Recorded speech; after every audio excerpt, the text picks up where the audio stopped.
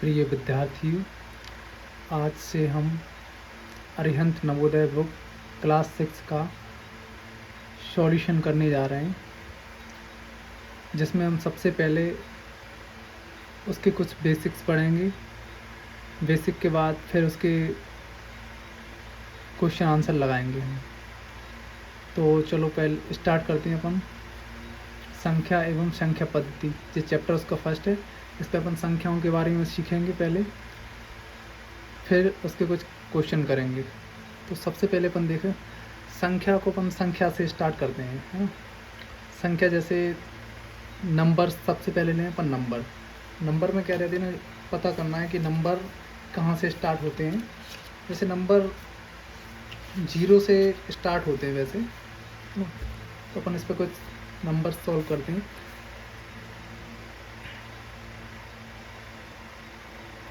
Number 0 से लेके 1, 2, 3, 4, 5, 6, 7, 8, 9, बस ये 10 अंक उसके टोटल नंबर होते हैं।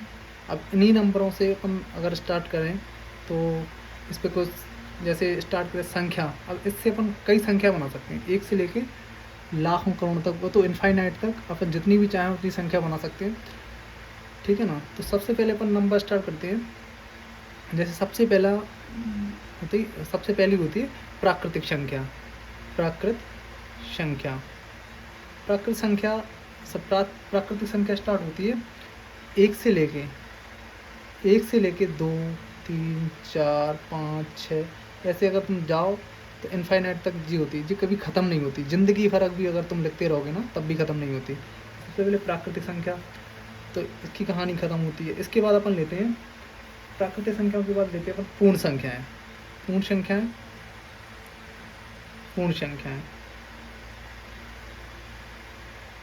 क्या होती हैं? पूर्ण संख्याओं को अगर अपन देखें ना तो जैसे प्राकृतिक संख्याएं होती हैं वैसे ही पूर्ण संख्याएं होती हैं। प्राकृतिक संख्याओं में अगर अपन 0 मिला दें, जैसे ये एक प्राकृतिक संख्या 1 से स्टार्ट होती है, इसमें अपन अगर 0 और मिला दें ना, 0, 1, 2, 3, 4, 5, ऐसे dot dot dot dot infinite तक, अगर इसको भी अपन इनफाइनाइट तक ले जा सकते हैं, है ना।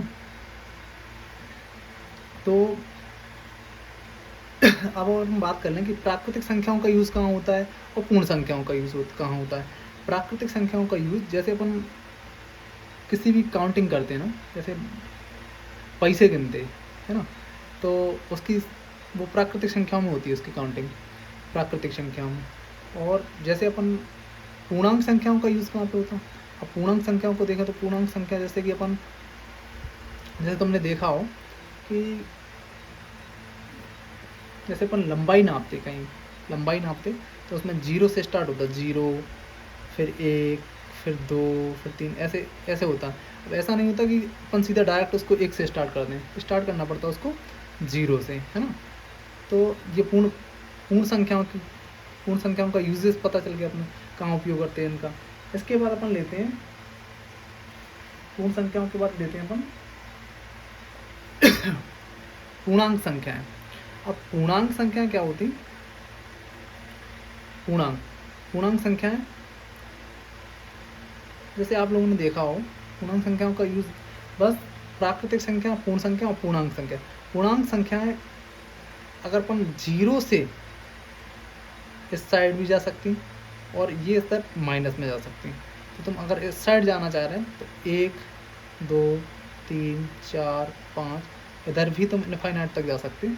और अगर तुम चाहो तो इस साइड भी 0 के बाद इस साइड जी 1 तो अपना हो गया था ना, 2, -2, -3, -4, ऐसे तुम इस साइड भी इनफाइनाइट तक जा सकते हैं। तो ये सब पूर्णांक संख्याएं होती हैं। अब इनका यूज़ कहाँ होता? इनका यूज़ जैसे तुम लोगों ने टेम्परेचर नापा होगा, है ना। टेम्परेचर जब 0 होता ना, 0, तो 0 से अपन इस साइड भी जा सकते हैं उसमें, और 0 से इस साइड भी जा सकते हैं माइनस में। जैसे कहीं अगर अपन कश्मीर का तापमान ले लें ना, लेह लद्दाख साइड का, तो वो वहाँ का तापमान हमेशा माइनस में होता है। और अगर अपन मध्य प्रदेश का ले लें, MP का किसी भी राज्य का ले लें, मतलब तो वो तापमान क्या रहता है, जैसे अपन वो रहता मतलब प्लस में ही रहता कुल मिला के। और अगर अपन उत्तर भारत में चले जाना तो वहाँ का तापमान हमेशा माइनस में रहता है।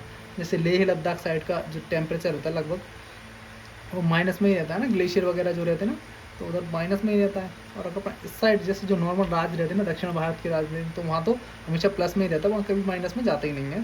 तो कुल मिला के पूर्णांक संख्याओं का जो यूज़ होता है वो इसी जगह होता है, मतलब इसी जैसे अपन टेम्परेचर नापने ही में होता है कुल मिला के, है ना। तो पूर्णांक संख्याओं का आप लोगों को पता चल गया। पूर्णांक के बाद अपन चलते हैं, पूर्णांक के बाद अपन चलते हैं सीधा सम संख्याओं पे चलें। सबसे पहले सम संख्या तो आप लोग जानते ही होंगे। सम संख्या क्या रहती है, जैसे कि जो 2 है, 4 है, 6 है, 8 है, 10 है, ये सब क्या है, सम संख्या है, इनके जोड़े बन सकें। कुल मिला के बात ये है कि इनके जोड़े बन सके, उनको सम संख्या बोलते हैं। सम संख्या है, ठीक है ना। ये 10 के आगे भी, और वो तो सिंपल सी बात ये है, इसमें 2 का डिवाइड जा सके और उनके जोड़े बन सके। वो तो 2 का डिवाइड गया तो समझ लो वो सम संख्या ही है। अब अपन बात करते हैं विषम संख्या की।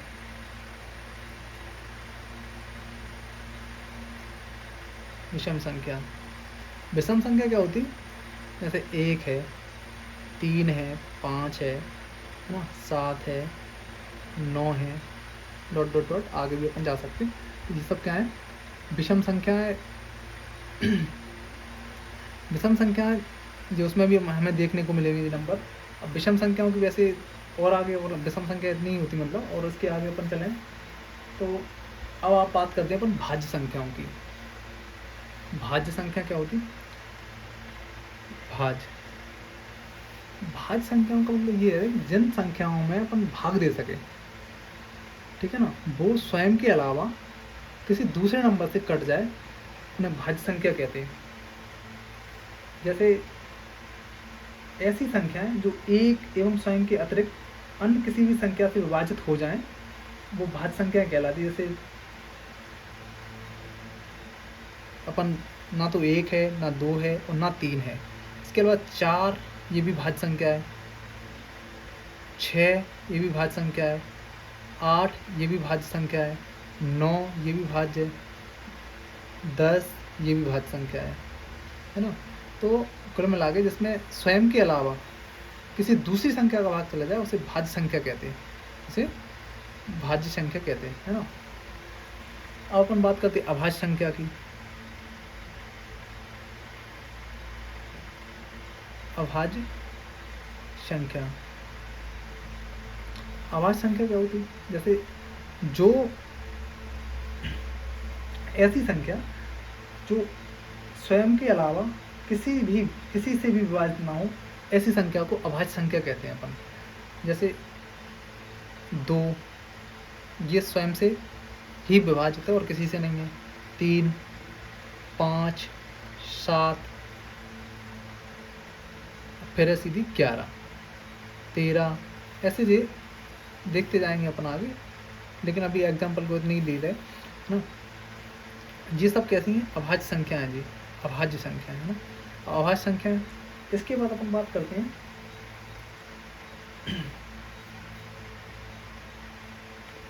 भाज्य संख्याओं के अलावा, इसके अलावा और इसमें बेसिक पढ़ने को चाहिए कि पूर्ववर्ती और परवर्ती, हाँ। इसमें अपन पूर्ववर्ती संख्या, परवर्ती संख्या को देख सकते हैं। पूर्ववर्ती संख्या मतलब एक पहले की, और परवर्ती संख्या मतलब एक बाद की संख्या होती। जैसे अगर अपन बात करें, इसे अपन पूर्ववर्ती की बात करें,